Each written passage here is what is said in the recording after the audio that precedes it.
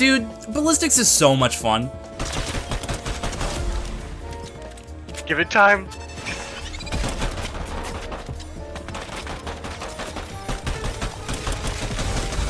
Oh, hell yeah. You did it! I've been playing it a lot more recently, and I just wanted to gush about how much fun I've been having with it.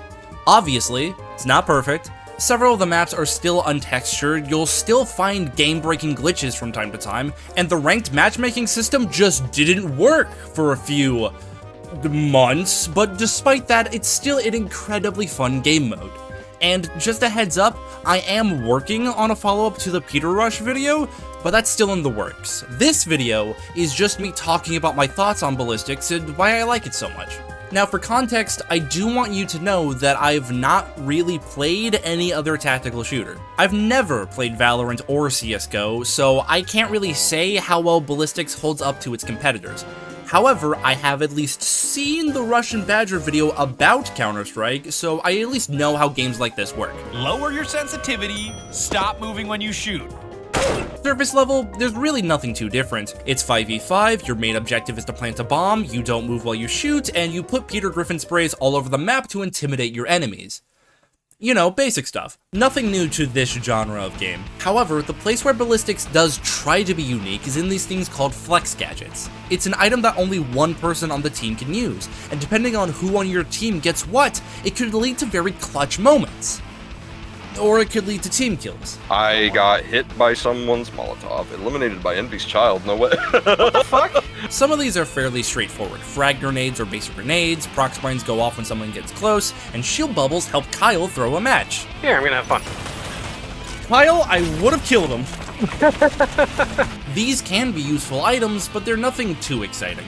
However, some flex gadgets can make things a lot more interesting. Everybody's favorite Fortnite season lives on in the form of Overdrive. This gives you an extra boost to speed, increases your rate of fire, and best of all, it lets you plant the bomb faster. I am a big fan of planting as soon as possible. It leads to a more fruitful harvest, but it also puts pressure on the enemy team. Yes, you can just kill all the defenders without planting the bomb at all, sure, but by planting as soon as humanly possible, it forces the other team to play aggressive.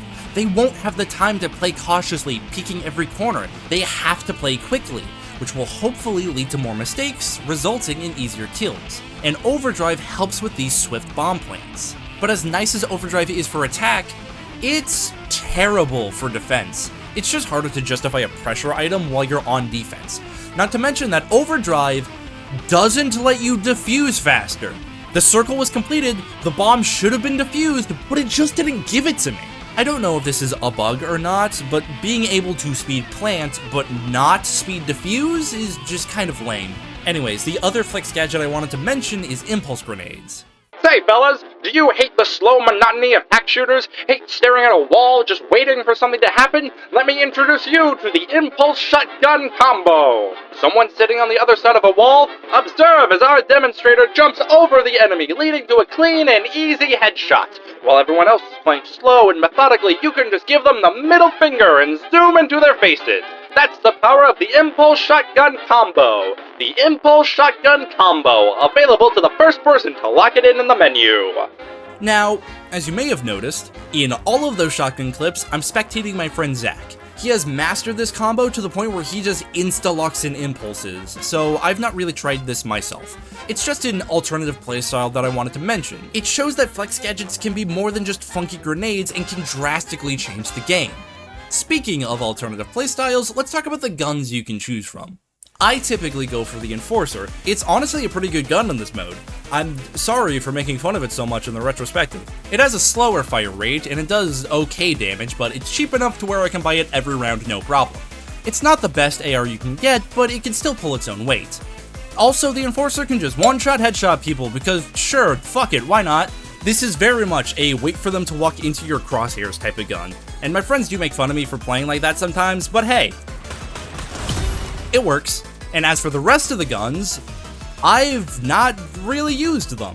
I've just kind of stuck with the Enforcer because it's just the way I like to play the game. I mean, I will pick up a Striker off the ground if I see one for free, but I'm not going to pay $2,700 for it. I'll just wait for the enemy to be dumb enough to buy it and then just take it off of them. It helps me save money, live better. Walmart. There is a wide range of weapons to choose from, and each one has its own playstyle. And I've been destroyed by other people using SMGs and snipers, so I wouldn't really say that there's any bad choices here. I'd recommend experimenting with all of the weapons to see which ones you like the most. Okay, so tiny update here. I've played a few solo queue matches with the shotgun. It's good. You still have to play cautiously because it's useless in big open areas, but in a close range situation, you're almost guaranteed to win the fight. It's like I said earlier, every gun has its own playstyle, so it's best to give them all a shot to see which one you like the most. I'm still probably gonna go with the Enforcer, but if I'm feeling goofy, I'm gonna pick up a shotgun.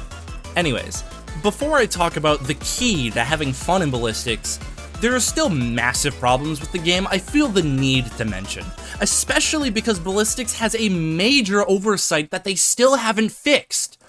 There's no casual mode. You can only play ranked and nothing else. Now, that wasn't a problem when the ranked system was broken. Every match just felt like a casual match anyway. But now that the ranked matchmaking works and we have these inflated ranks from when the ranked system was broken, I'm fighting players that are far above my skill level. There are times where I don't want to try that hard and just play a few goofy rounds with the boys, but because there's only ranked, I have to play like my life depends on it every single match. Yeah, I know there's the testing grounds, but like, come on. Now, I'm not a game dev, so I don't know how hard it is to texture a map, but like, I'm getting real tired of looking at these white boxes, dude. I know the shell maps are still a work in progress, and they don't want to fully texture a choke point only to remove it later, but can you at least put some temporary textures on the map? Over half the maps in rotation are shell maps, so there's a 3 out of 4 chance that you're going to be playing on an unfinished map. Like, I'm not asking for anything fancy, just something to replace the grid lines. Please? And my last complaint is that I just wish Ballistic had more Fortnite to it.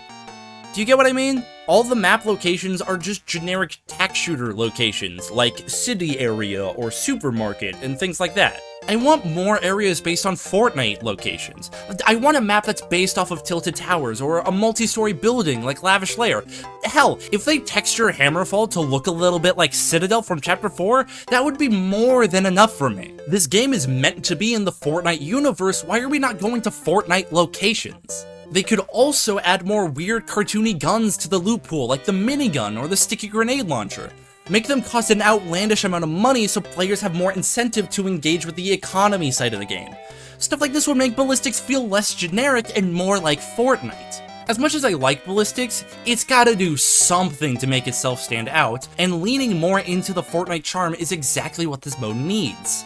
Anyways, enough complaining. There's one last thing I wanted to mention about Ballistics, and that's the main reason I've been enjoying it as much as I have. The best way to have fun in Ballistics is to play with your friends. You know, Fortnite Ballistic is like a box of chocolates. That man was about to say Fortnite Ballatro. Yeah. Solo queuing in any game like this has got to be a nightmarish roulette of poor team comps and angry 12-year-olds. But if you can convince just a few of your friends to hop on, it's much more enjoyable. Instead of hoping that your teammates know what's going on, you can just tell them what's happening, and you can complain about your rando teammate together. Oh, he was 0-10. He had 0 damage. At the end of the day, this game is meant to be fun, and no matter what game it is, playing with friends will always elevate that experience. And you also don't need to start an esports clan based off of Peter Griffin to enjoy Ballistics. That does help though. Fortnite Ballistics is definitely one of my favorite things Fortnite has done recently. I really do think that they're onto something special. It's just a shame that this mode kind of fell on its face a bit. The original launch was rough with broken lobbies and it probably scared off a lot of its possible player base. But if Fortnite can just put a little bit more effort into this mode, they could have a legitimately good tack shooter. I don't think that's going to happen based off of Fortnite's current track record of killing off good ideas like this, but hey, I can dream, damn it!